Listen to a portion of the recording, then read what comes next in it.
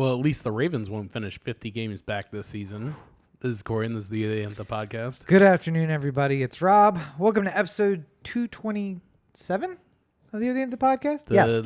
Let's confirm that. I think it's 227. Confirm that information. Episode 227. It is 9:19 p.m. Pacific. That makes it 12:19 a.m. Eastern. I know the Anthem is live from coast to coast, broadcasting from the hashtag OTA LA studios, high above the 110 freeway in beautiful downtown Los Angeles, California. Thank you for joining us. Yes, thank you for liking this on Facebook. Thank you for sharing with your Facebook friends. Thank you for subscribing to the podcast and doing all the other great things that you do. All of it appreciated by the two of us. Absolutely. And of course, if you're watching right now live, then you are already watching at facebook.com/O The Anthem. If you're not, make sure you go on over there, turn on the notifications. It'll let you know every time we go live, and you can join us and be a part of the show by commenting in the chat right here next to the video, or by texting the listener line, 443-219-7595. What's that number again? 443-219-7595. And of course, no matter when you listen during the week, you can always send us a message or a voicemail to the listener line, and we'll talk about it on the next week. Of course, you can also find O The Anthem on Twitter and Instagram at O The Anthem, where you can follow along with us and the news stories that we're following for the week. Mm-hmm. Well, let's start off the week with arguably the most depressive story, or most depressing story, but maybe not. But anyway, here we go.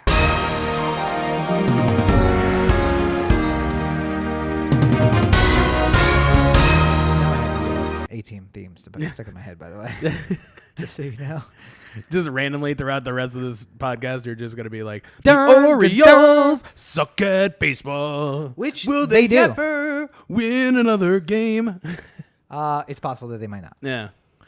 So, yes, things have gone from bad to worse with the Orioles.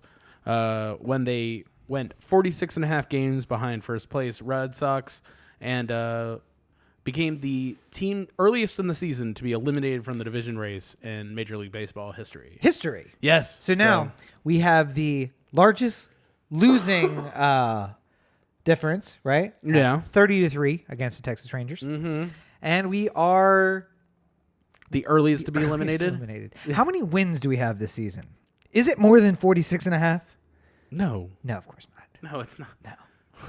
We're not anywhere close to 500. Hold on, let me find out. Because I haven't looked in so long just because I knew every time I did look, it hurt me so much. It's very depressing. I don't want to do that to myself. Yeah, so currently the Orioles are 49.5 games back. Oh my God. It's gotten so much worse. 35-84. So wait, there is no way to end the season at 500. Even if they won out, they could not end the season at 500. No. Yeah, because it would be 162 games. So 81 is 500. Yeah, so we're under 500. There's no way. Yeah. In August, there's no way we could be above 500. Yeah, We've even already if we lost won more than every 81. single game, hypothetically, we would still finish under 500. Yes. Yeah. Ooh, man. The thing that's really depressing is like the Blue Jays in like fourth place are 53-65. So like That's a bad year. We're nearly 20 games behind the fourth place team. Yeah. Which let's do a quick look here. I'm trying to see if there's like what a 20 game back looks like in other divisions. So like the Rangers are 21 games back of the Astros in the West. Right. At 53-68, which is essentially the same as the Blue Jays. Which is basically the cellar of every division, right? Yeah. Except for the East, which has a sub-basement in Baltimore. There's only two teams in the 30 wins.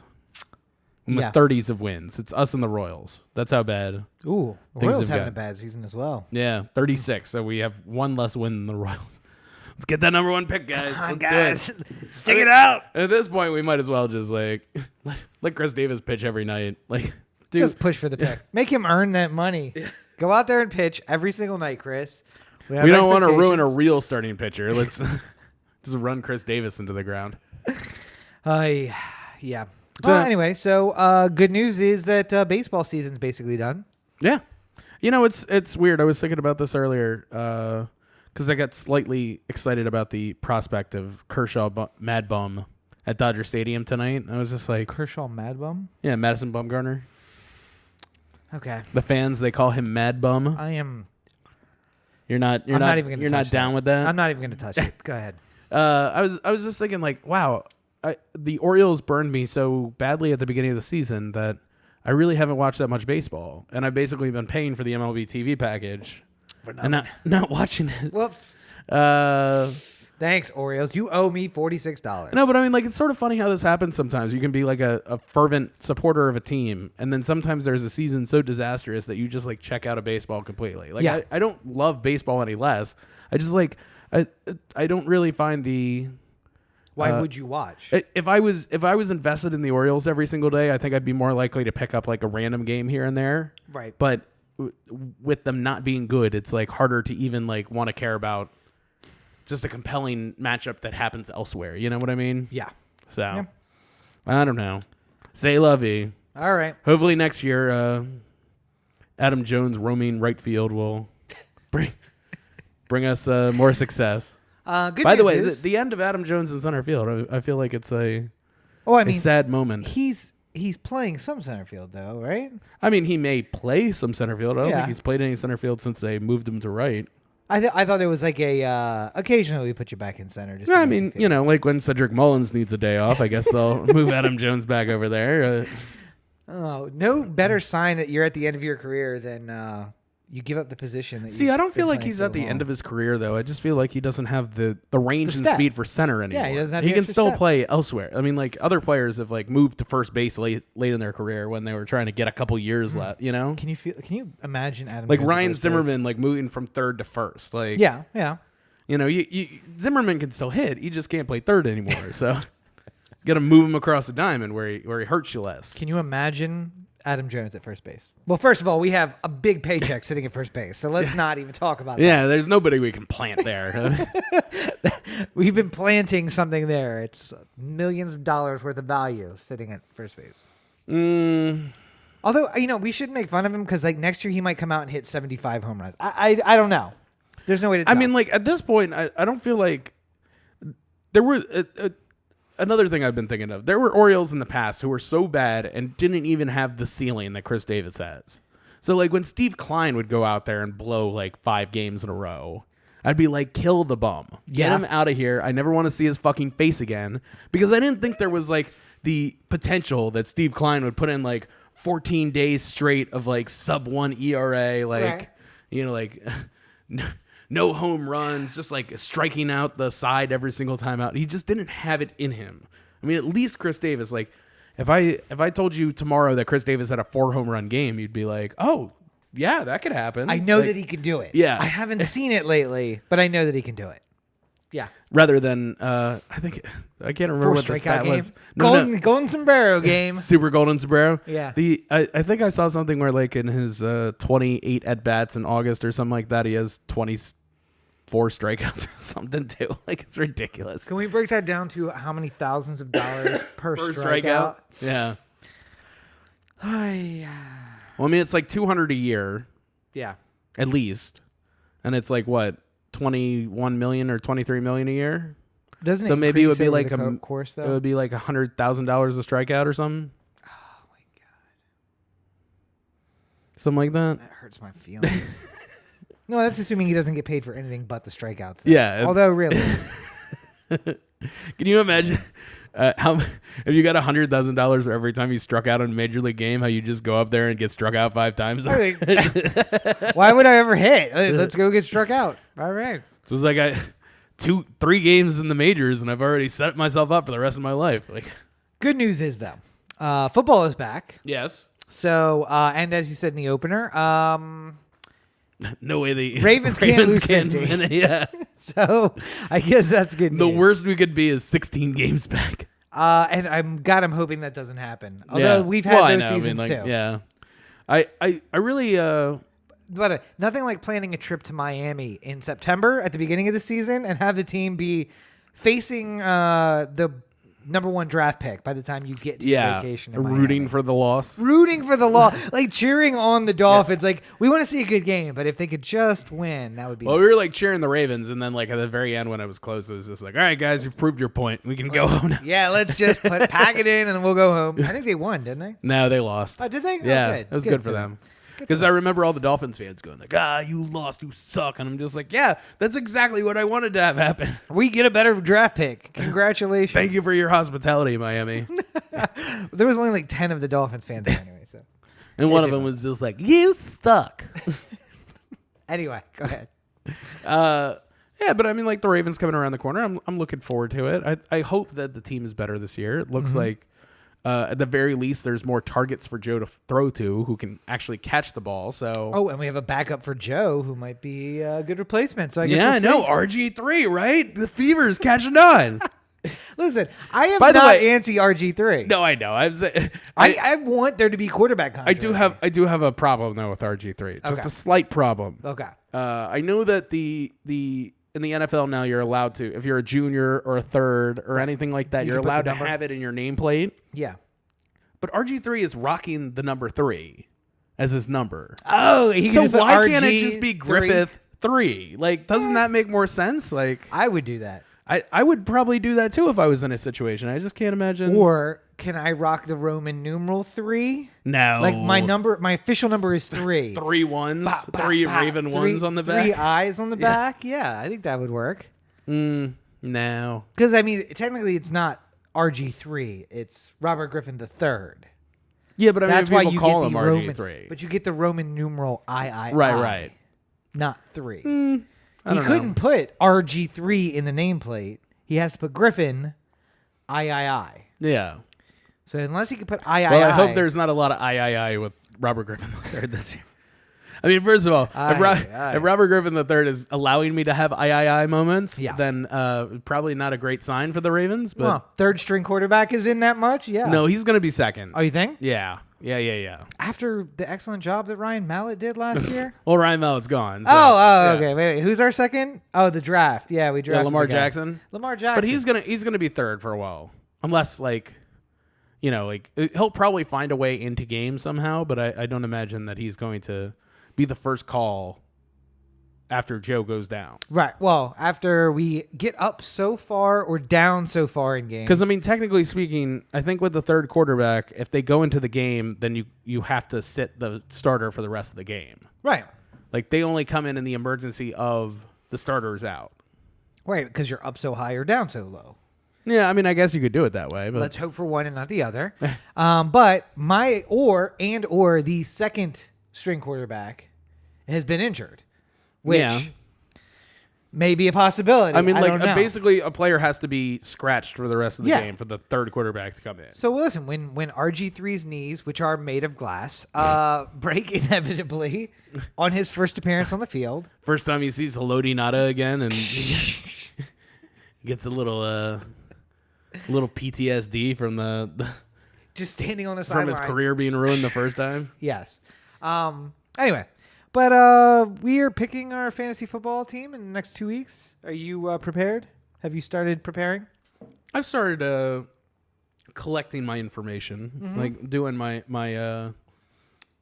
leading up to draft time. I like to do my sorting of who I know I'm going to be drafting and who I'm not. Yes, and not necessarily. I mean, like obviously, like if I'll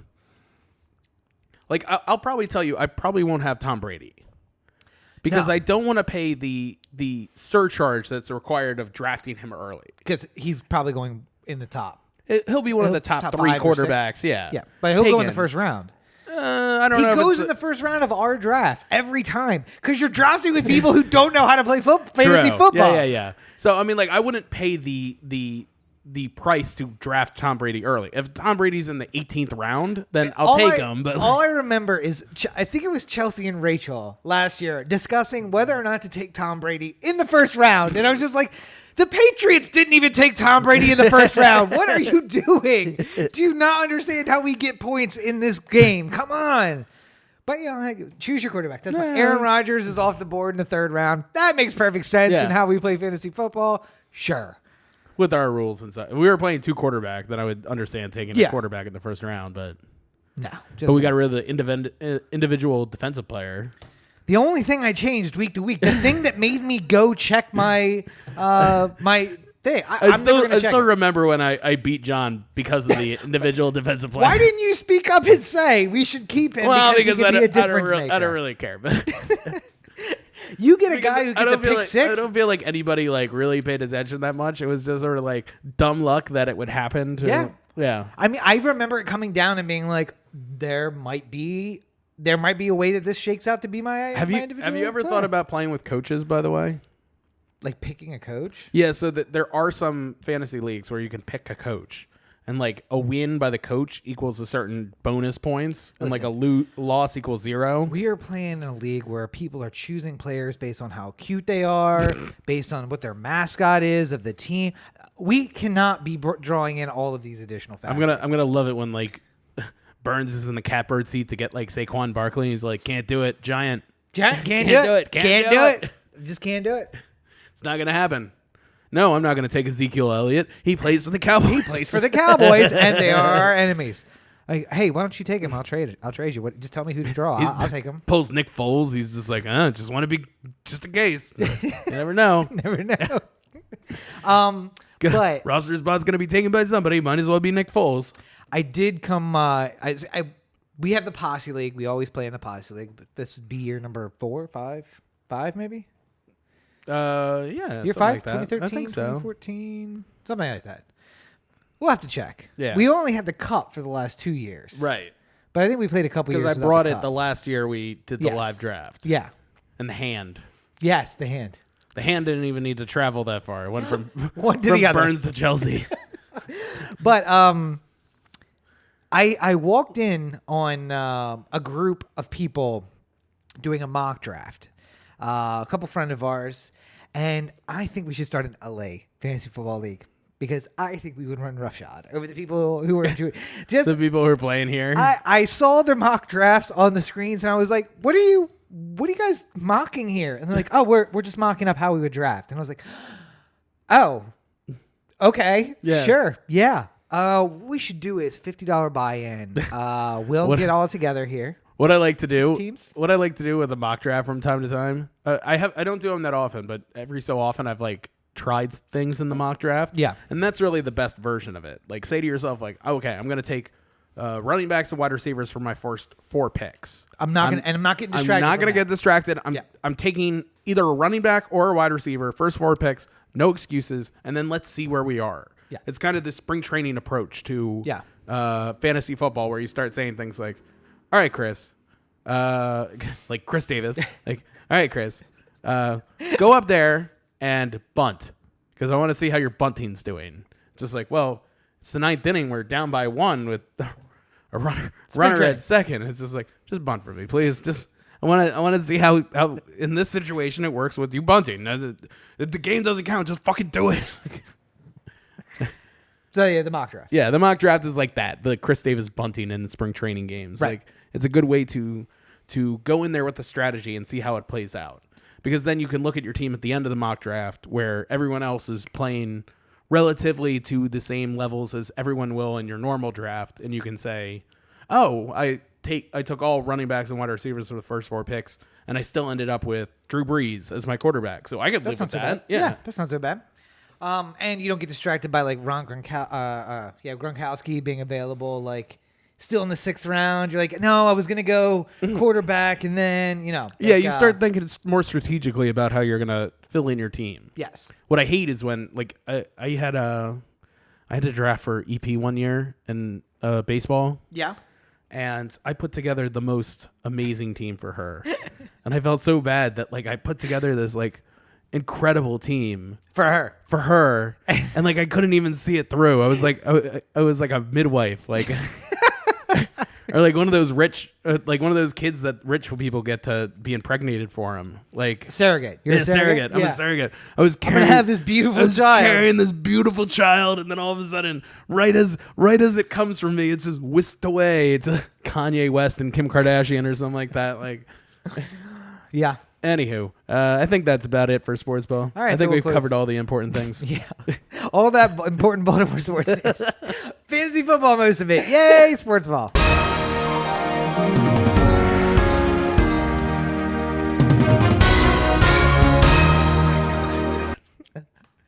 And we're back. Nothing to see here. But there's one thing Pay no attention to the man behind the curtain. There's one thing I want to get to before we get to our main topic today. Yeah. And that is, we've talked about it for the past couple weeks. I want to get your opinion on this. Okay.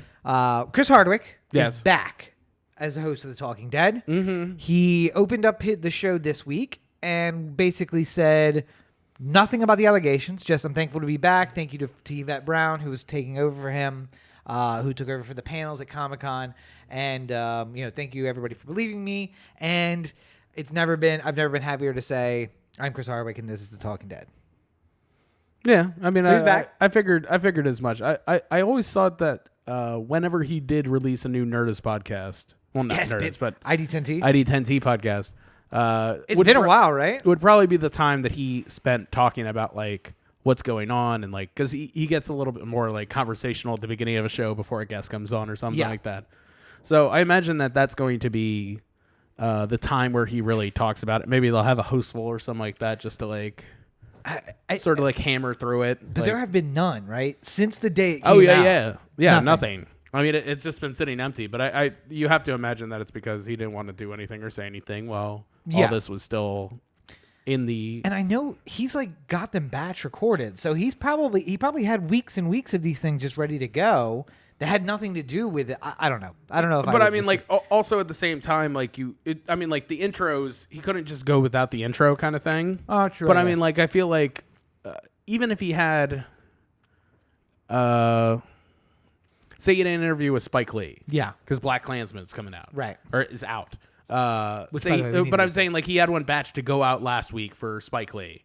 Maybe Spike Lee is saying, hey, let's cancel this interview. True. Because I don't want to be like the first Hardwick interview out the gate while like all this stuff is still hanging out there. And I guess like since AMC has sort of made the decision that they're okay with whatever they've determined from their investigation. Yeah. Then that should be good enough for others. We'll see how it actually works out. But so he did make an appearance on America's Got Talent.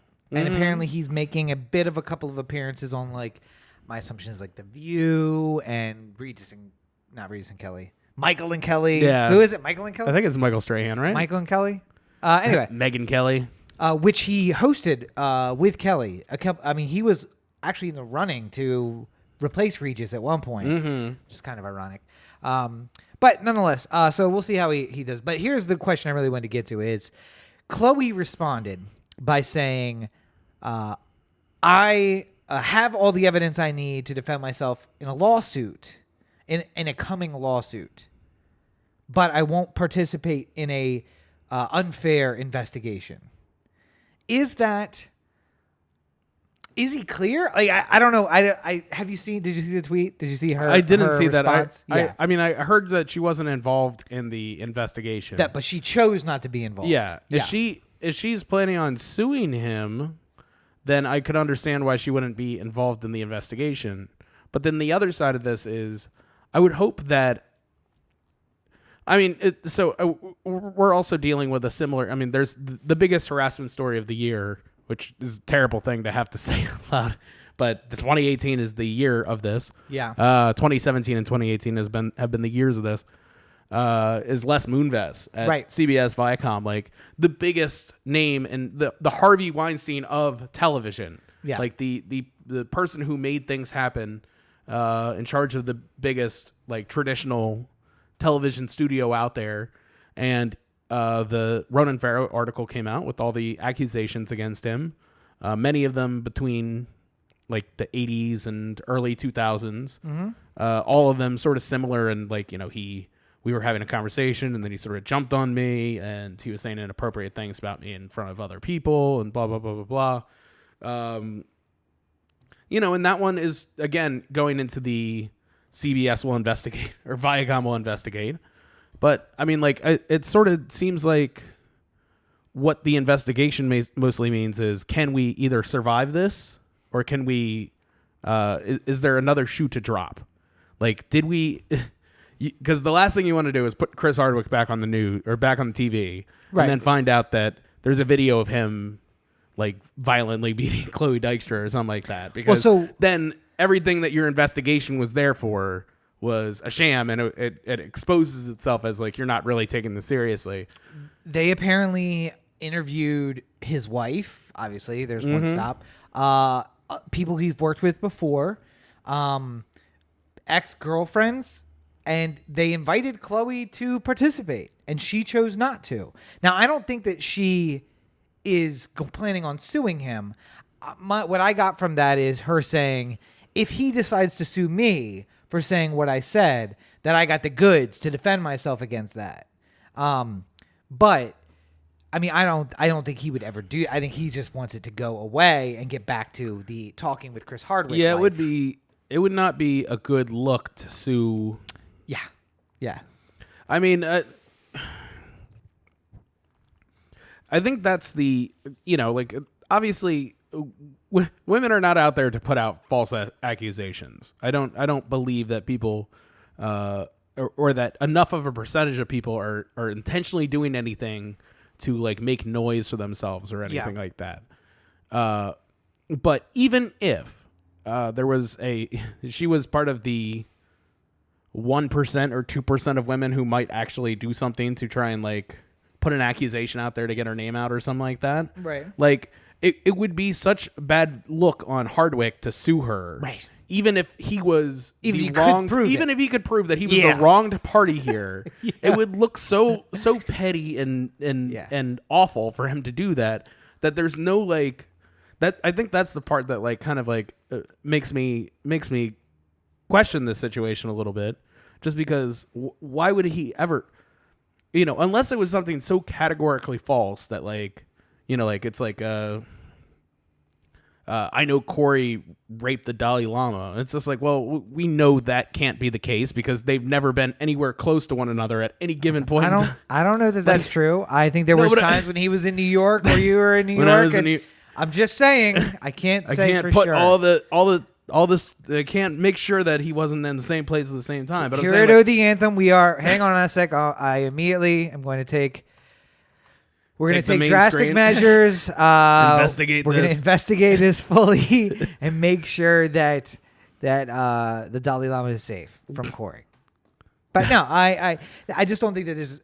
And that the tone that I got was like, if he decides to sue me, I got the goods on him. But again, why would he? Yeah. And I feel like it's the kind of thing where like. And if you have the goods, like take it to the police. Well, and I don't see that's the thing is I don't think that he broke the. Arguably, maybe. I just don't think he broke the law. Like what she has said is like he was emotionally abusive. Yeah. And that at times she did not consent to the type of sex that they were having, but maybe she didn't vocalize her removal of consent. Right. Like it should have been clear that I didn't want to, but I didn't say no. Right. There you go. Yeah, I mean but again, she had the chance to participate. That's an incredibly fishy legal area. I mean, not to obviously nobody should have sex if they're not comfortable. But I mean, like I feel like well, listen. I don't want you to be celibate the rest of your life. Shut up. No woman would ever be comfortable. So no, but I'm saying like obviously nobody should nobody should ever be forced to have sex in a situation that they don't want to. But I think that you would have a hard time arguing that specific scenario in court if you were to get it to that point. Yes. Which is a little bit of a sticky wicket. Do you see? Because here's what I'm just going to go ahead and say. Here's kind of where I stand on the whole Chris Hardwick thing. I got the feeling from the statement that she put out after the fact that it was a way of continuing to try and cast a shadow, even though he had been cleared. Like, I'm not going to play your game. I'm not going to participate in your investigation. And even if you think you've been cleared, I am not going to. I'm going to continue to cast dispersions on you in a way that doesn't make me have any accountability towards that, which is kind of the problem we've been talking about. Like that the PC pendulum has swung to the point where you don't need any evidence. You just make an accusation, you ruin someone's life, and then when are we going to swing back to a different place? Counterpoint to that. Yes. I would say that with the internet culture that we are dealing with today, I could see an argument to be made in Chloe Dykstra's side where she doesn't want to get any more involved than she already is, because if you get it's one of those things, like if you wade into this pool at all, yeah, then you all of a sudden become the the spokesman for everyone who ever has. I mean, like it happened the same with Kaepernick. Like he started his protest. Hold on. She's the spokesman for Me Too. No. Hold on. Let me finish. When Kaepernick started his protest, there were a couple weeks of just the what is this and the outrage and the people saying that he's doing the right thing and this isn't a protest. It's blah blah blah blah blah. And then eventually, as it grew on, there started people coming to Kaepernick and asking him like serious questions about like, you know, like, well, what should we do about racial policies in America? And he's just like, I mean, I'm a football player. I'm not the one who's supposed to be deciding this. It's just like, well, why are you protesting unless you have the answers? And it's just like, I don't have the answers. And it's just like, you're like, well, do you think this all goes back to redlining? And it's just like, I'm sure, but I mean, like, I'm not a political scientist. I don't know like what. You know, I know this is wrong and I'm just standing up for something, but he becomes like everyone comes to him with the questions about like their racial injustice. But your point is that Chloe would somehow become the face of the Me Too movement. No, but I'm saying like if she, the more she wades out there, I think that originally her coming out and not specifically saying Chris Hardwick's name out loud was a way of trying to minimize her ability to be in the spotlight for this issue. And how public would the AMC investigation be? What do you mean? Like how public would it be? I mean, we wouldn't know anything about it. Exactly right. Yeah. So she could participate. Nothing would come out. Either he would be cleared with her participation, right? But I mean, like clearly, with her participation. Clearly, her participation in this was very, very muddied at the beginning. Like she didn't want to expose a name at the beginning. I mean, like, and still hasn't technically. I mean, we just all connected dots on it, and she just continues to talk about it, right? Without having. I mean, like, I just something tells me that regardless of how much involvement she wanted to have in it, her Twitter mentions still to this day are filled with like, you fucking bitch, I can't believe you did this to Chris Hardwick. Yeah, you should sew up your vagina and shoot yourself into space, or like whatever weird, unusual things that the Twitter trolls are throwing out there. What kind of stuff is going through your mind? Have you never like gone through like some like public person's like mentions before? Oh, no. It's ridiculous. Like, nope. I have no interest in doing that. No, but I'm saying just once. If somebody retweets somebody like super famous, like the more famous the better too, because the spectrum of things you see is weird. Like if you ever like see a Kim Kardashian tweet or something like that, just scroll down to the mentions and then just look at everybody who's responding to that tweet, and it is absurd. It is nuts, and that's. There really needs to be more done for Twitter. Like people are garbage, and the internet will show you this. Yes. Well, yeah, but they can't do more about that because then Jack's gonna have to do something about Nazis, and God knows he's not gonna do that. So. I mean, it's political speech, so how could I possibly tell people what is right and wrong politically? I do love that Azalea Banks. Did you see the story about Azalea Banks? No. She basically camped out in Elon Musk's house this weekend because Grimes invited her to work, and then. She never showed up. So Azalea Banks is just hanging out at Elon Musk's house, tweeting about the weird shit that she finds around his house. I'm like, yes, that's perfect. Anyway, so on to the main event. The main event of the... yeah, we're going to talk about the MTV Movie Awards. I mean, not the MTV Movie Awards. I mean, the Academy Awards. Yes. So this past week, the Academy of Motion Picture Arts and Sciences released a tweet saying a couple things. Number one, that the Academy Awards are going to be 3 hours long. Strictly? No ifs, ands, or buts. It's going to be 3 hours. We'll see. Don't they do that every year? I think part of the plan is they're going to give away awards during commercial breaks, too. So us betting on the Oscars is going to become more difficult because we're going to have to look up who won awards for like sound mixing. Yeah. And foreign language film and stuff like that. Who cares about those categories though? Excuse me. Talking to a sound mixer here. The other thing that they mentioned is that they're going to include a new Academy Award for most popular film. And they didn't specify what most popular film means or how it's going to be determined what is the most popular film. But that is essentially the breadth of what the Academy announced, and the response to it has not been good. I mean, the 3 hour part, I think everyone agrees, like this thing could be Never little happened. bit tighter. It could be a little bit tighter. But the most popular Oscar. Do you have initial thoughts to this? So I did and I didn't. I get what they're trying to do. They're trying to make it more, user friendly. They're trying to cut the difference between the Nickelodeon Kids' Choice Awards and the Oscars. But how do you define what the most popular is? And again, as I told you yesterday, the thing that keeps going through my mind all week long was the GIF of Don Draper looking at Peggy and saying, "That's what the money is for." The most popular movie of the year makes the most money. That's how it works. Now, I get like maybe there is a place for a category of movie that is like a great movie, but it's not a historical type of Oscar movie. Right. Like Black Panther needs a category that we can put it in. And maybe Best Picture's not it.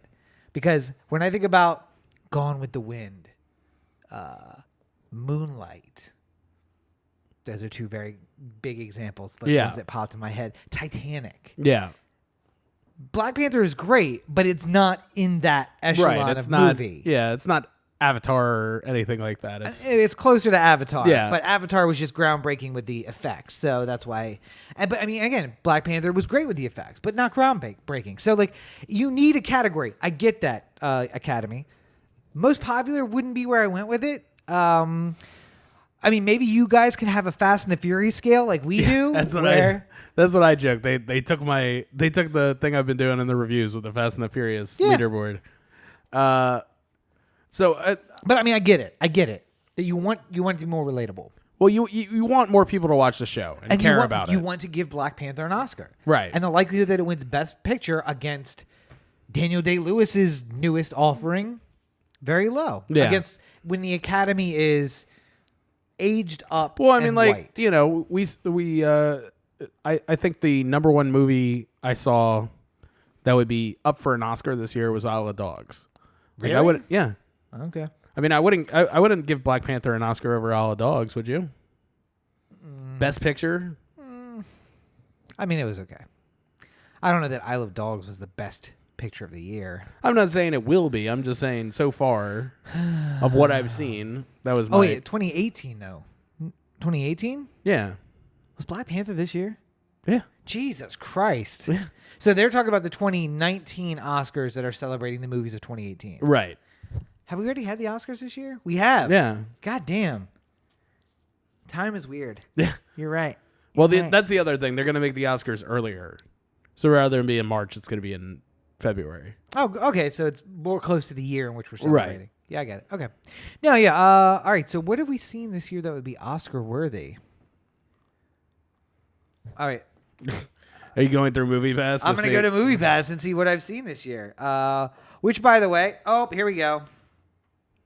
We're suspending ticket verification and peak pricing, as well as adding many first-run movies. Starting with your next billing cycle, your new plan will include 3 standard movies a month for $9.95 and up to a $5.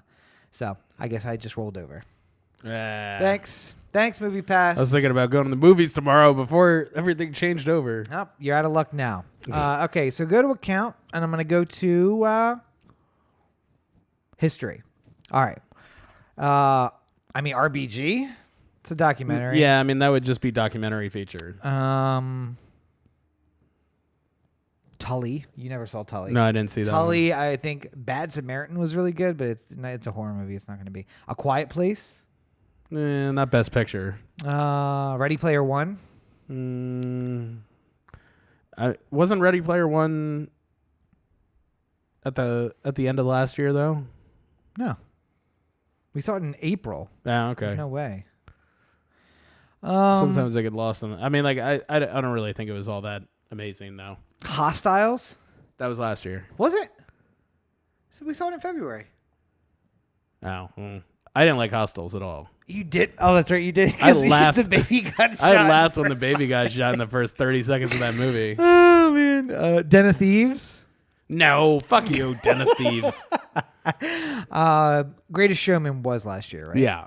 Wow, Because that got nominated for an award. Phantom Thread. Oh, you know, this is us seeing the Oscar, nominations. Yeah. Shape of Water, Commuter, because they were still out. All the Money in the World, Proud Mary. Downsizing? Was that? That would have probably been last year, I think. But I don't think that's nominated either.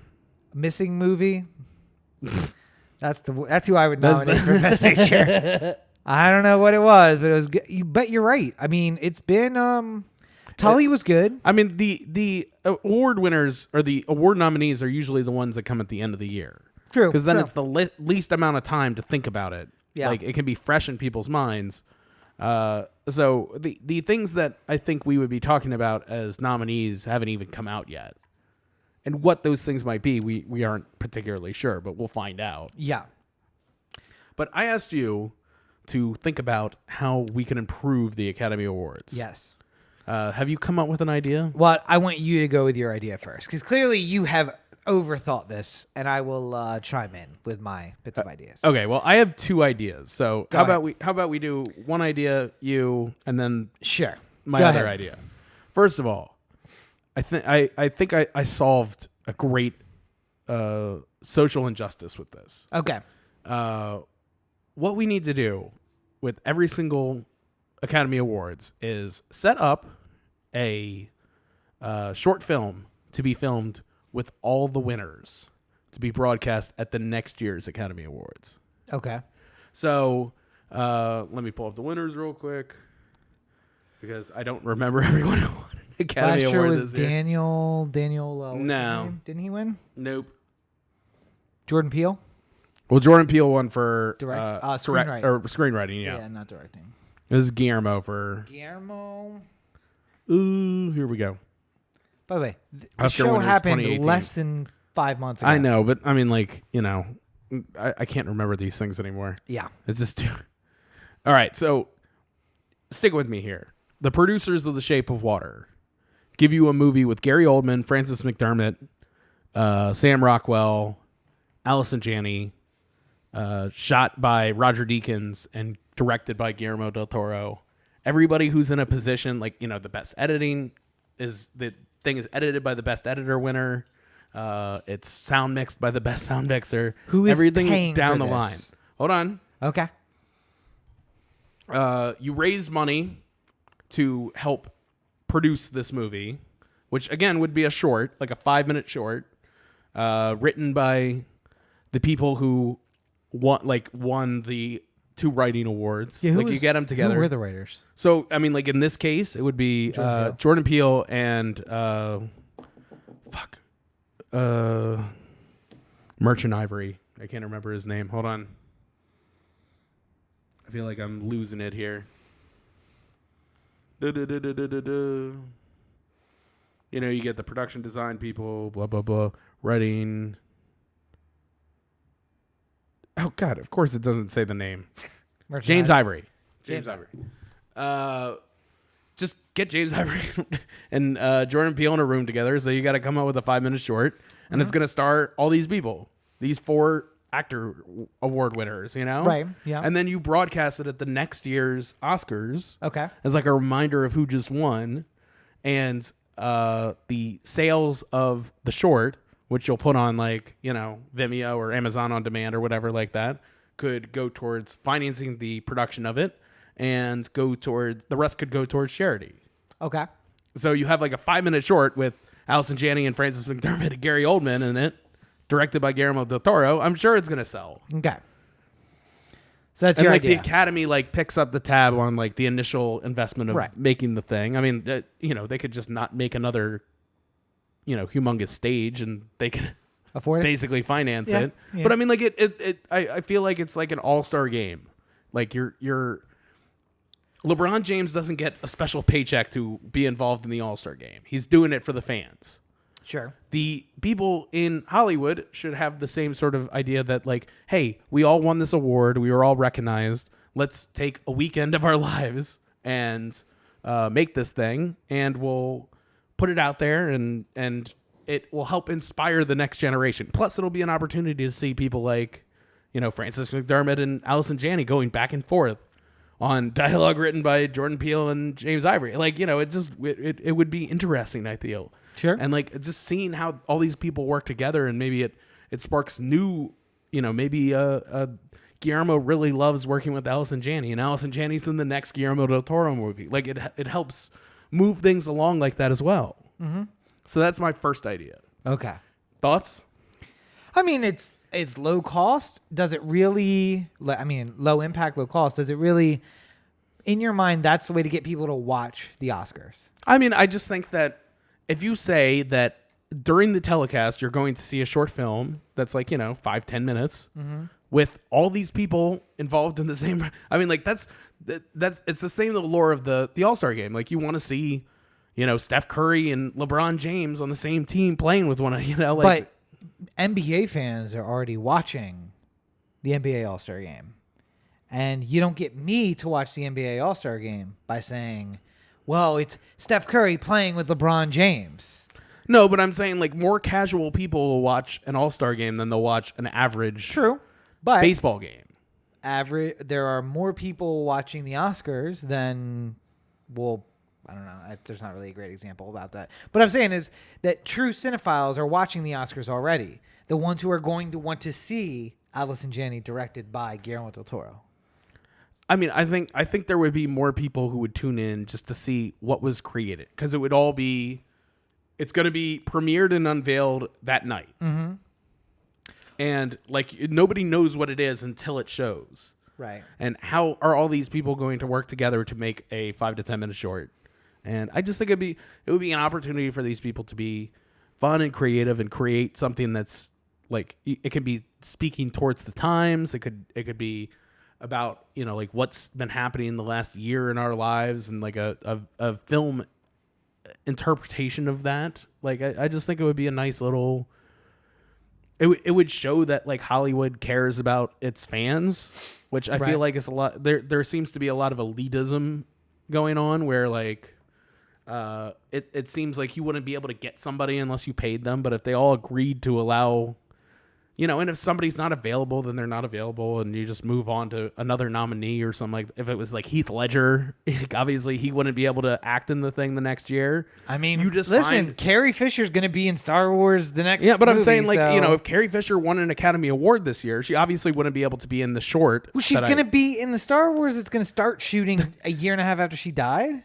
Yeah, you but could put her in. Yeah, I wouldn't want to do that. They would put her in Star Wars, but they wouldn't put her in the Academy Award short film. We could see what they could do, I guess. Sure. Okay. But that's my first idea. Okay. Basically like a short film all-star game for the Academy Awards. I came up with a second idea. Do you want my super depressing idea or my less depressing idea?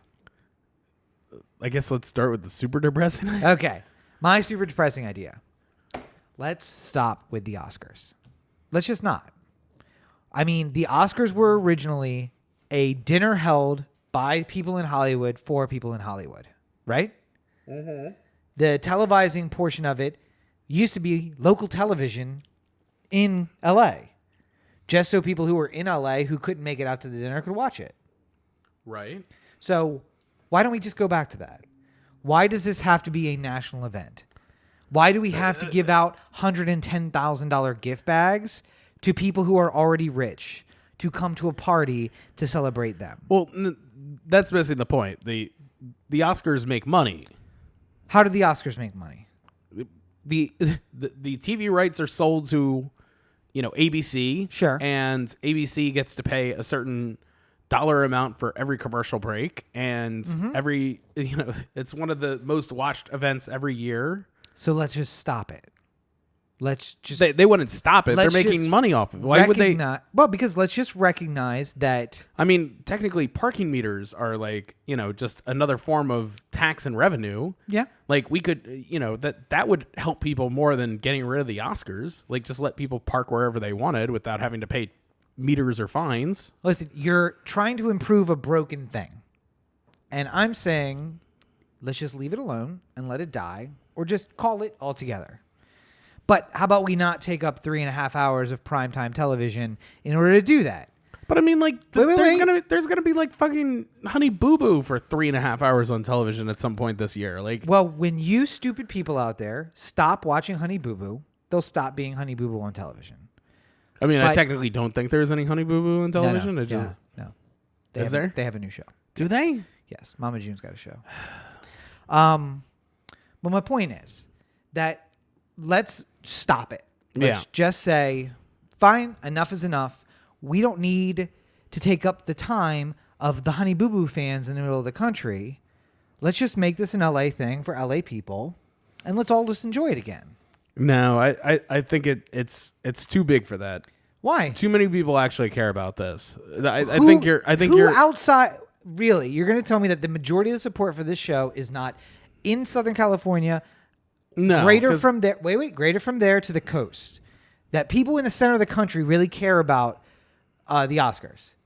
Yeah, I mean, I think the whole point of the most popular category is to get the middle of the country back, right? So because you dumbasses who live between the coasts say, well, if you're not going to nominate Fast and the Furious, then I ain't got nothing to watch that show for. Because who the hell saw Moonlight or what's La La Land? La La Land? No, of course not. Because you're not seeing those movies. You're not seeing the movies nominated. You're not seeing Phantom Thread. What do you think sales were for Phantom Thread in Springfield, Missouri?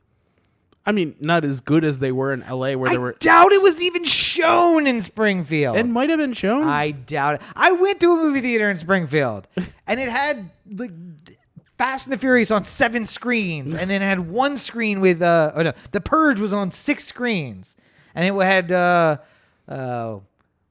there's something wrong with this. There's something better than this. There better be something. God, the comedian, the black comedian. Yeah, I know what you're talking about. Yeah, I just can't. on 1 screen at a 3-screen old movie theater that I had to drive 40 miles to go to. Right. That's Springfield. That guy's not going to play Phantom Thread because Daniel Day-Lewis is pretentious. So let's just pretend, or let's just accept that the middle of the country does not give a fuck about the Oscars. They don't care. Let's just make it a thing. That's not true. Let's sell the rights to true. KTLA and to WNY, and we'll do it only in New York and in LA, and the only people who will care about it will see it and then be done with it. You have no idea. Like, hold on a second. Now I got to look up the goddamn Oscar ratings because it went from like 43 million to 35 million people watched it. Like, it's not. How many people live in the Southern California area? Not everyone. 17 million people. My point is, does it make money? Yes. For the Academy? Yes. It is the pinnacle. It is nothing but the Coliseum. It is the pinnacle of waste and capitalism, where rich people get given gift baskets worth hundreds of thousands of dollars to come to a party thrown in their honor. It's disgusting. It makes me disgusted that we as a society would continue to do it. So let's stop it. How about this? All the money you would have spent on all of these finery things. It was 26.5 million people watched the Oscars last year. Okay. How many of those people were located between the western border of New York and the eastern border of California? Of course, they don't tell you that because it's 0. It's not 0. I mean, it's very low. But here's my point. How about this? I know all kinds of people watch the Let's Oscars get every together single year. instead of doing tuxes. Let's do T-shirts and jeans. We'll get together at Hollywood Forever Cemetery or somewhere very low cost. We'll throw a little bit of a party, BYOB, and all the money we would have spent, we give to charity. We deal with the homeless problem in Los Angeles, or how about we get Flint clean water? How about let's do that instead of throwing the Oscars? Every year from here on out, instead of doing the Oscars, we throw a big charity event where we raise money to fix something that's wrong with America. Wouldn't that be a better use? Yes, there would be 100 things that I could think of that we don't need anymore if it meant that it could fix a societal ill. Let's start. Let's start with the Oscars. You're not going to be. It'd be like saying like, hey, let's not have Ford anymore because if we had all the money that we spent on Ford and just invested it in Flint, then we wouldn't have that problem anymore. But Ford, as in the car company? Yeah.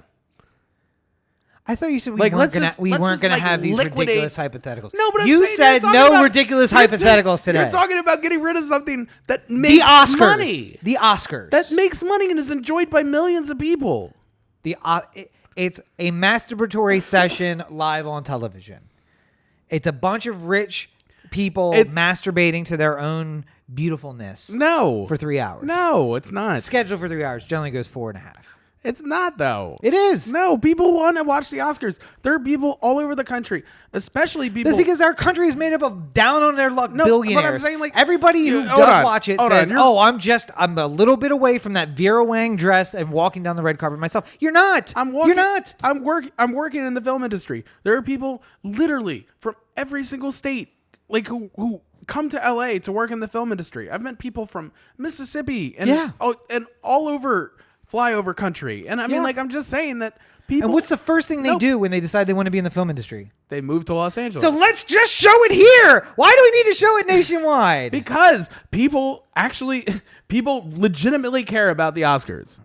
And like, we don't need to spend that kind of money on it. Let's save the money. Let's donate it to charity. It makes money. It makes money. It makes money because it operates at a loss. No, it doesn't. It makes money every single year. If it didn't make money, then it wouldn't be on television. The television rights themselves make money. That's it. That's it. No, the Academy makes money from ABC makes money off of it because they sell much like the NFL makes money. They have a $2 billion contract with the ESPN to show NFL Monday night games and to have highlights because ESPN is going to make more than the money that they spend on the NFL. Well, maybe. I mean, hypothetically, when you sign the contract, you think you will. But I'm saying, like, if everything worked the way it was supposed to, they're going to make more money based off their relationship with the NFL. And you're going to say to yourself, $2 billion for the NFL? That doesn't make any fucking sense. Just show it in Topeka. That's the only place people care about football. Like, no, people... Again, I thought we weren't going to do ridiculous hypotheticals. It makes money. Okay, it makes money. It makes money. So it's not going anywhere. You can't talk about it. Are we giving rich people gift bags worth hundreds of thousands of dollars? If you're going to talk about things that don't make... I mean, like, even the Tonys makes money, and the Emmys, and the Grammys, and all these things make money. Let's do away with all of them. No, but I'm saying let's stop these public masturbatory They're not gonna stop because it makes money. Like, literally, if is that the end all and be all? If you had, because you know what? Hey, we can. If you have Gordon Ramsay yelling at a can of soup on television for 60 minutes and people watch it and it makes money, then it's going to continue to be on television. So that's the end all and be all. If it makes money, then they gotta fill these hours. Like, what if it wasn't that? It's just going to be another cold case or something like that. Or all right, why don't you move on to your second? Or idea? NCIS or some nonsense. We could stop doing it. How about let's stop it? That's my idea. I want a real idea. I want a real idea. That's a real idea. It's not a real idea. Stop doing it. That's not a real idea. It is a real idea. Hey, let's stop being so super capitalist that making money is the reason we do things. How about that? It's not the reason we do it. No, you just said it's making money. They'll never stop doing it. That's why it's never going anywhere. That's why you would be laughed out of the academy. The idea of this is you walk up to the, like, you were, it's not Boone Isaacs anymore, but I'm saying, like, if you were invited into the room to say, hey, what's wrong with how are you going to fix the Academy Awards? You'd say, stop doing it. And they'd be like, oh, stop doing the only thing that makes money for us? Sounds like a brilliant marketing scheme. I don't care about the Oscars. I don't care that they exist. Yes, but the idea was you're going to walk into the room and pitch them an idea that'll fix the Oscars. That doesn't fix the Oscars. Sure it does. No, it doesn't. Fixes it. No, it doesn't. If your dog is it goes sick, from making money to not making money. And the surgery's $40,000, you can fix it one of two ways. You pay for the $40,000 surgery, you put him to sleep. But if both ways, it's fixed. If the dog made $10 million a year, you wouldn't say, like, oh, let's just put him down. I mean, there's no point in paying the $40,000. There are some people because it makes money every year. There are some people who make $10 million a year, and I think we should put them down. Let alone a dog. I don't give a fuck. Anyway, that's my idea. You can hate it if you like. I hate capitalism. I think it's stupid for things to exist just to exist to make money. It's not there to exist to make money. Let's donate all that money to a worthy cause, like fixing the pipes in Flint, or fixing the Loch Raven reservoir. We should be able to do these things regardless of whether or not we have an Academy Awards. But we're not. We're not doing it. No, but I'm saying, like, one of those things doesn't have... If we didn't have the Academy Awards, it's not like Flint would have clean water. No, but they could have the charity event instead, and then fix the pipes in Flint, right? You think with all the wealth in one room, they could just do that, right? You're a ridiculous person. You don't even understand how this works. Like, you're so angry at capitalism, but it didn't do anything. Capitalism didn't do anything? Oh, let's not get started. Go with your second idea. Oh, my God. You have to get another drink. You have to think about this. All right. So stick with me. This is a a bit of a differentiation from how business as usual is done with the Oscars. First of all, let's eliminate the most popular award. Let's just act like it never happened. Act like the tweet that announced it wasn't even part of the thing. Instead, what I propose to you is 8 mini Oscars. Do you hear me, Rob? I hear it. 8 to 10 mini Oscars, which will be Stupid ideas carry. I can hear it. Hold on a second. 8 to 10 mini Oscars throughout the night. We would announce, and by we I mean the Academy would announce the winners of genre-specific best film nominees. Okay. So there would be a horror, there would be a drama, there would be an action, there'd be a comedy, go on You and don't so win forth. an Oscar, but you But win I'm a saying mini like Oscar. you make eight or 10 category thing. I mean, like 8 would be the best version of this, I think. Why? Just a good number for it. It's 3 hours long. We're gonna do one. No, but I'm every- saying like you just announced throughout the night the winners of the genre specific ones. Sure. And then at the end of the awards, the best picture is determined between the winners of all the genre specific ones. And we have the best picture, which could be, Are you proposing to do a dog show style Academy Award? well, I wasn't thinking dog show You style, pick but I the was best thinking in each category, and then thinking- have those compete for best in show. yeah.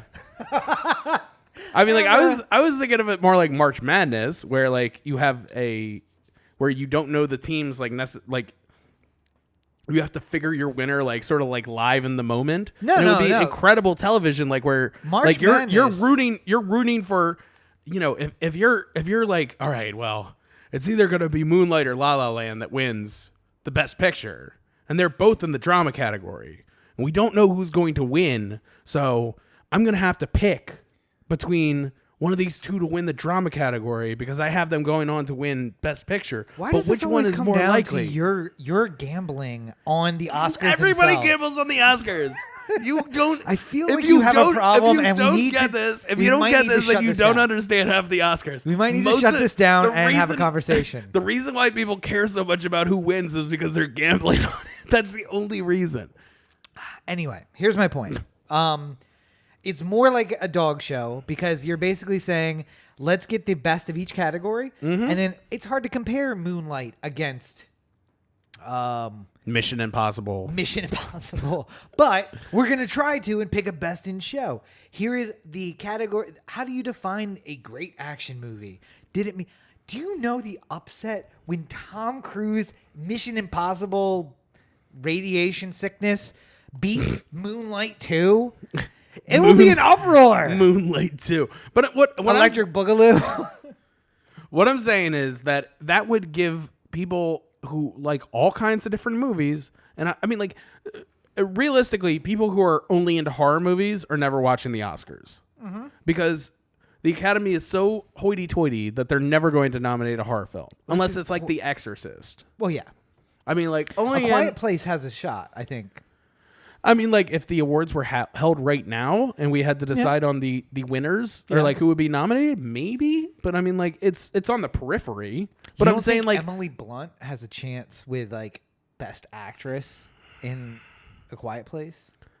again, right now, maybe I can make the argument for that. But I guess we have to wait and see what happens. I mean, like, November. I can't say for.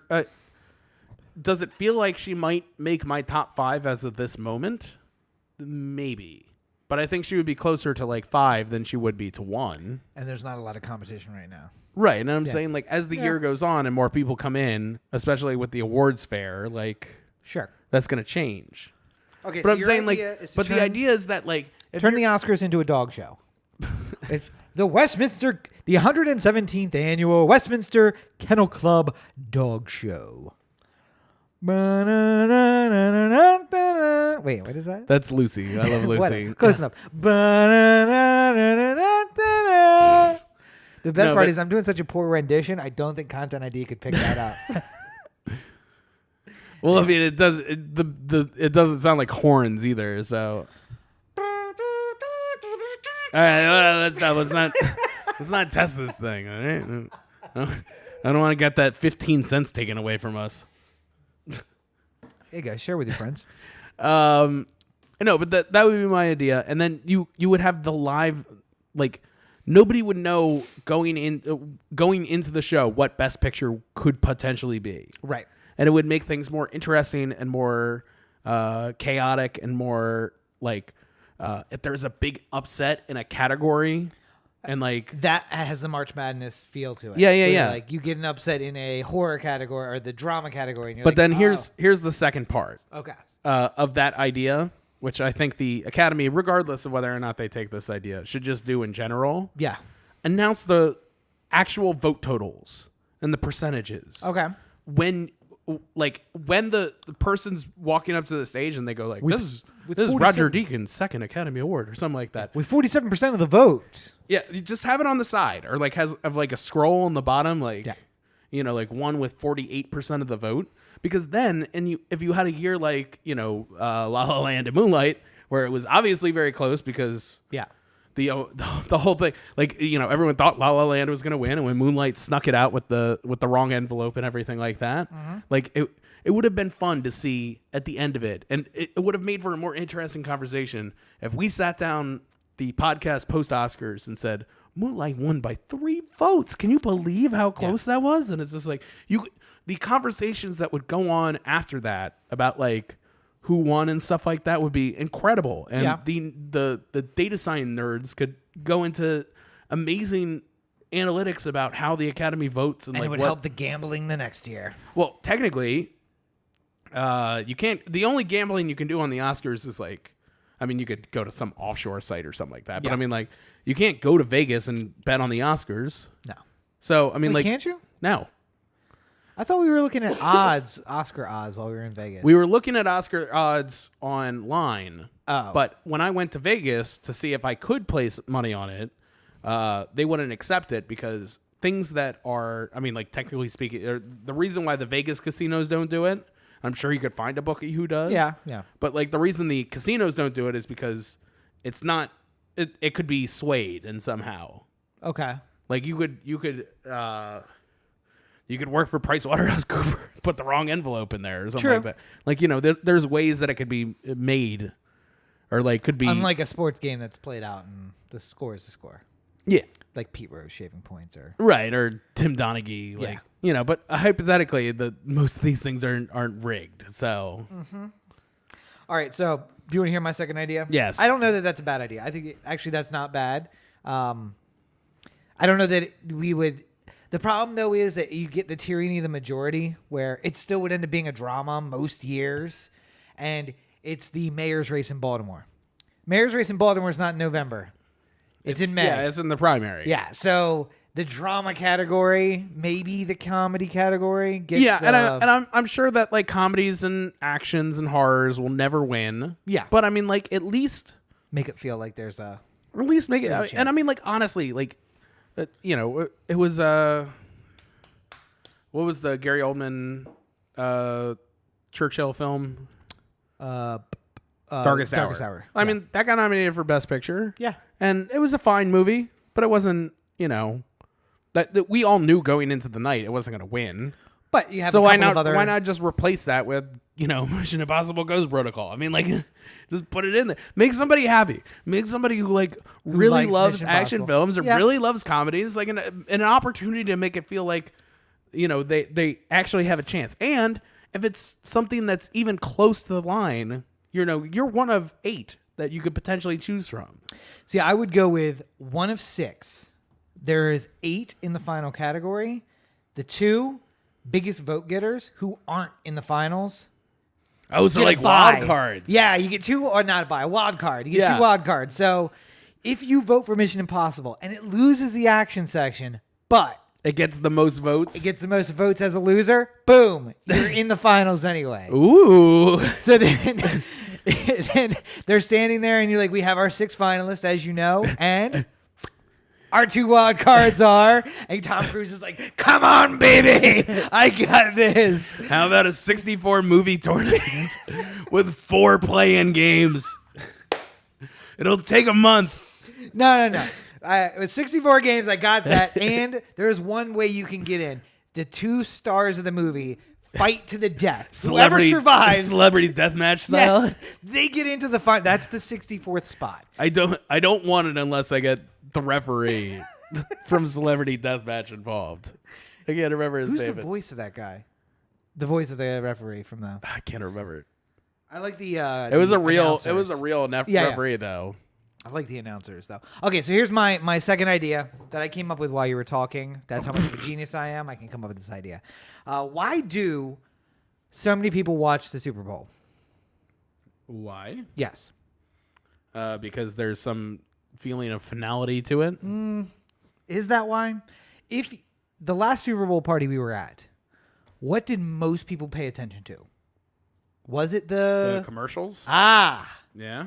So what if we said, listen, the only commercials that are non-local commercials, the national commercials that you play during the Oscars have to be directed by Academy recognized directors.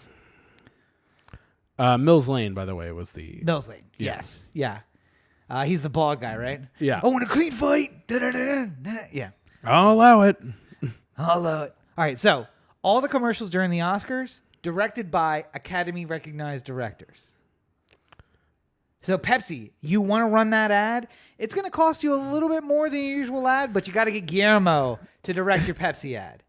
So now you're offering something to the fans who are like, listen, you can watch the Oscars. Who gives a fuck about the show? But did you hear that Director X is fucking doing the... Last year, during the Oscars, there were 2 commercials directed by Academy Award winners. Sure. I'm saying there were. What were they? I'm asking you. Do you know? No idea. Do you know who the directors were or what the companies were? Couldn't care less. Ask me that about the Super Bowl too. Had no idea. Could not care less. You can't even remember the teams that played last year? Just in the Super Bowl? Yeah. Wait. Seahawks? No. Eagles and Patriots. Yeah. See, I got it after a minute. I don't care. Ask me about any of the commercials. No, though. but I'm saying like Inarritu directed a commercial that played during the Oscars last year, and so did what's her face? Wait, during the Oscars or the Super Bowl? No, during the Oscars. Selma. Why can't I remember her name? Selma Hayek? No. Selma the movie. No idea. Wait, shoot. I felt like I should know that director's name. Oh, why am I blanking? Somebody Because you're a racist. somebody right now is in their car like yelling at their stereo. It's like, you should know this. Yeah, we should. You should know this. Ava DuVernay. Ava DuVernay. Yes, of course. She directed a commercial too. I don't remember what it was for, and I don't remember what the Inarritu commercial was either. But I'm saying like they were both during the Oscar telecast. I know, but what I'm saying is, if you want an ad, you have to use an Academy recognized director. Yeah. All of the ads would be that. And then Pepsi's saying, well, if we're There's not enough. There's not? No. They have all year to do these ads. No, but I mean, like, You're first of all, saving you it. have to get nobody's gonna sign up for that unless Okay, wait. And directors, if you want an invite to the show, you got to do 3. No, You got to do 3. no, fuck You got to you. do 3. You got to do 3 if you want an invite. The idea. It's just like the IATSE people. You need 82 or you need 100 appearances. You need 3 to get to the show. I'm sorry. I like how your first idea is fucking- Anti-capitalist. First idea, very capitalist. From socialism to national socialism, I'm across the whole spectrum. Yes, I recognize this. It's like the first idea. Let's burn the Capitol to the ground. Second idea. Why don't we sell bricks outside of the Capitol and you can put your names on them? Exactly right. This shows you I have an understanding of how the system works. You're like the most ridiculous person I've ever met. I don't have to like it, but I understand how the system works. But yeah, you know what I mean? Like we find a way to make the companies care about the commercials so that they put in the production value that they put in for the Super Bowl. And then people are watching, not for the Oscars, but yes, for the Oscars. Isn't it great to see Gal Gadot in her costume? Oh, there's Olivia Munn. Does she have a dick in her mouth? No, that's just Snapchat.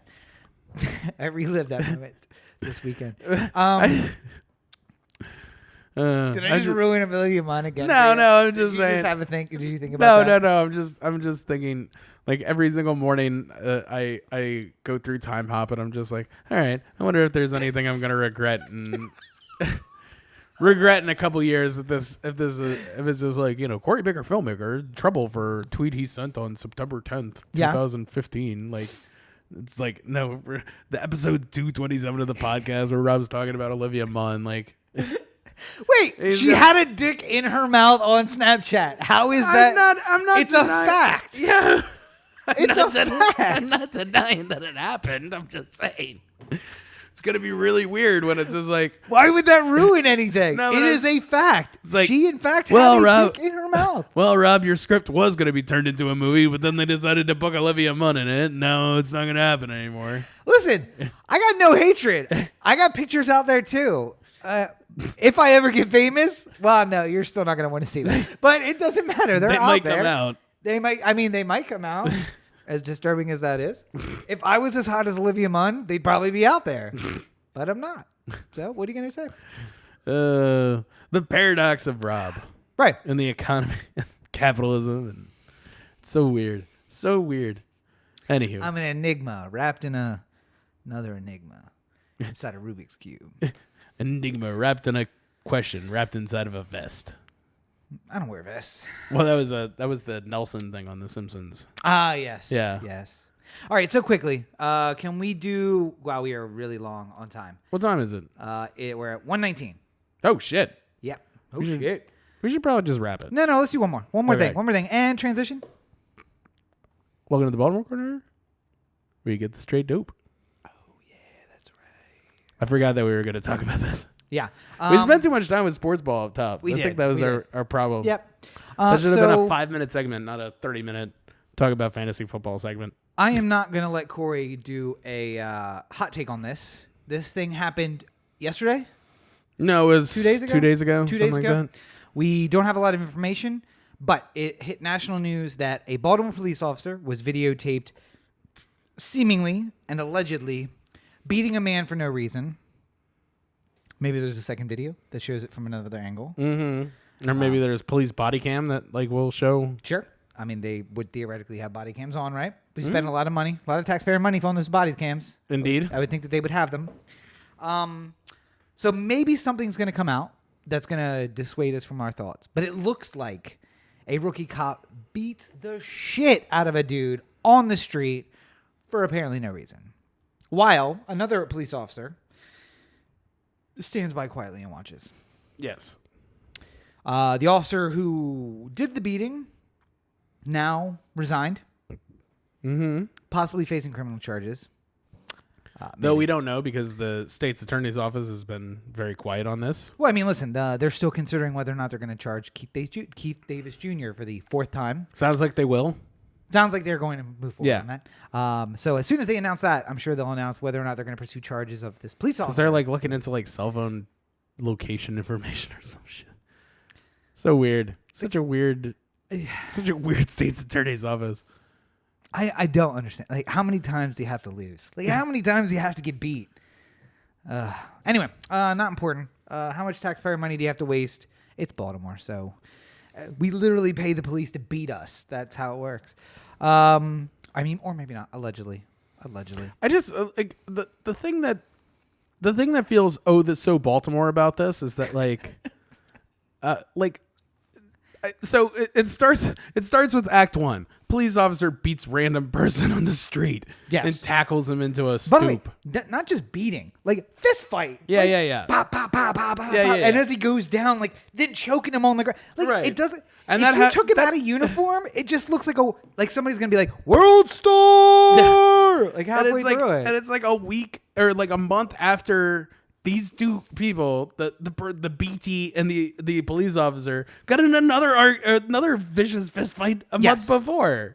Although there's some said that it wasn't so much a fist fight, but it was just like a dude, I'm not going with you. And then there was some subduing. Well, that I mean, needed to happen. again, we don't know all the information, Right. but there was a similar altercation that happened between these two a month earlier. Yes. And then just like Act 2 is like all the stories that come out where it's just like, well, this guy was from the police class that was rushed through and wasn't given the seminar on constitutionality of police officers or something like that. Oh, this class was trained by a guy who was on the gun trace task force. Yeah, so that's good. Oh wait, but he won the commissioner's award in his class. Right. This all is these the things. best. That's the thing. Like it only takes like 2 days for all this information to come out, and it's just like, wow. So we should have known right from the beginning this wasn't a good idea. Yeah. But he's on the streets. You posed an interesting question about would he get his pension? Yeah. And fortunately, he was a rookie, so he didn't invest yet. Questions about the 5-year veteran who stood there and watched him beat the guy. Who's to say what's going to happen to him? Right. Corey has a wonderful hypothetical he likes to throw out about if you could only arrest one, who would you arrest? I was just trying to I wish the cops lived by that rule. If you can only arrest one, who do you arrest? I was just making the argument that the obviously the officer who should face the most punishment is the one who did the beating. But yes. But you took that way too seriously. Strange reaction from the FOP. The vein bulging in this area. It's just like, why can't we prosecute all the cops? I don't understand it. Why don't we waterboard them till they die? I don't like their system anymore. I mean, to be fair, my reaction was, let me give you another hypothetical. Let's Which kill one and charge another. Which one should we kill? But interesting reaction from the FOP. Yes. Because they actually said something negative about the police officer. You fucked up when Gene Ryan goes out and says, like, listen, I'm not defending this one. I don't know. I mean, we don't know all the information, but it looks like he fucked up. Like, listen, I'm not saying we do support him. I'm not saying we don't. I'm saying the video doesn't look good. Not a lot I can say about that. It's like the statements you hear from people who are on This Is America, like the day after it airs. Listen, I don't know what to tell you.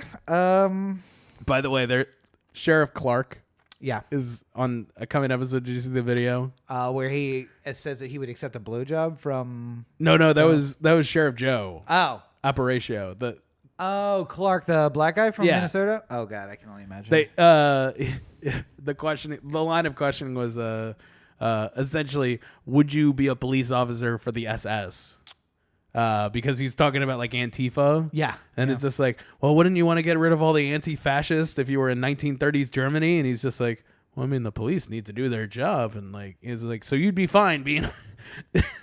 It just like keeps going like that. It's like, looks really interesting. Oh, I can't wait. I need to catch up on that show. That's the problem. Like I haven't had the time to like commit to like sitting down and enjoying watching the whole thing. Yeah. And it's sort of hit or miss. The first episode was very hit or miss. Yeah, then the one about the painting. Yeah. That's just like, I mean, I get it. You're being funny, but like, why are you going to embarrass this woman? Right. The woman who literally just is like, I would just encourage anyone to do art. Yeah. He's making shit art with a pubic hairbrush. Well, and I mean, and logistically, there are people in art, especially like, painting art. Like the gallery version of art, where it's just like, like, oh, I gained my inspiration by laying naked in the middle of the field for several hours. It's just like, you know what? If that's how you get to your paintings, then sure. Go with God. Do you? Yeah. But like, to subject some woman to like, like, oh, I love some pubic hair for my brush. Like, okay. What's she supposed to say? She's supposed to be like, fuck you. I mean, she could. But, she could have said that. But she's probably just like, oh, you know what? If this is what helps get this guy Sure. Guess I'll just give him a couple pubic hairs. I don't really care. It's not really hurting me. Yeah. I mean, like if Rob rushed in the apartment and like opened the door, and he's just like, quickly, I need 4 of your pubic hairs. I would probably be like, what for? It's like, no, quickly, give me 4 pubic hairs. I'd be like, all right. Fine. Give me a minute, I guess. Like, I want a story later, though. I mean, like, I'll give you 4, but I need to know what this is about later. That's what I don't get the embarrassing her. And probably because they want to do a little bit of leftist and liberals and conservatives, because otherwise it's just him like backing his ass up towards a guy who's talking about putting guns in the hands of 4-year-olds. Anyway, back to the topic, which is Baltimore will keep you posted on this police officer. He's resigned. Whether charges are going to happen, we'll see. Whether anyone will care in a week, we'll see. Well, Catherine Pugh, very upset. Yeah. She has asked Commissioner Tuggle to interim commissioner. interim commissioner Tuggle to investigate. They have She's very upset. They have a listing on ZipRecruiter looking for a new police commissioner. Is it really on ZipRecruiter? I think so. Oh my god. Looking for somebody with bold strategies. Hey, I got some bold strategies for you. You should apply. Hire me. Should I apply? Yeah, go for it. Top of the what do you like to get out of this position? I would like to disband the Baltimore Police Department. He thinks outside the box. I'm not saying no. I'm not saying yes. I'm just saying that maybe we should take him It's a talk to bold this guy. strategy, Cotton. Let's see if it works out. Okay. Alternatively, you don't like that idea? How about this? Crackdown, martial law. Let's just shut the whole city down. Seems like a weird it's disband or martial law. Nothing in the middle. Just that's what your two positions are. Yeah, that's it. That's all I got. It's funny. Earlier today. I was thinking about Minority Report out of nowhere. Okay, and I'm just like, I feel like that movie gets a bad rap because the future aspect of it, like the world that they lived in, other than the pre-crime. Yeah, other than the pre-crime part, seemed really great. Yeah. It's just the one thing that they really fucked up that makes this world seem so terrible. And who's surprised? Like, Tom Cruise is involved in it. 99% of this world seems awesome, except for the bit that Tom Cruise is involved in, just like the world we have right now. Yes. All right. Well, I think we've done good. That was the Baltimore Corner.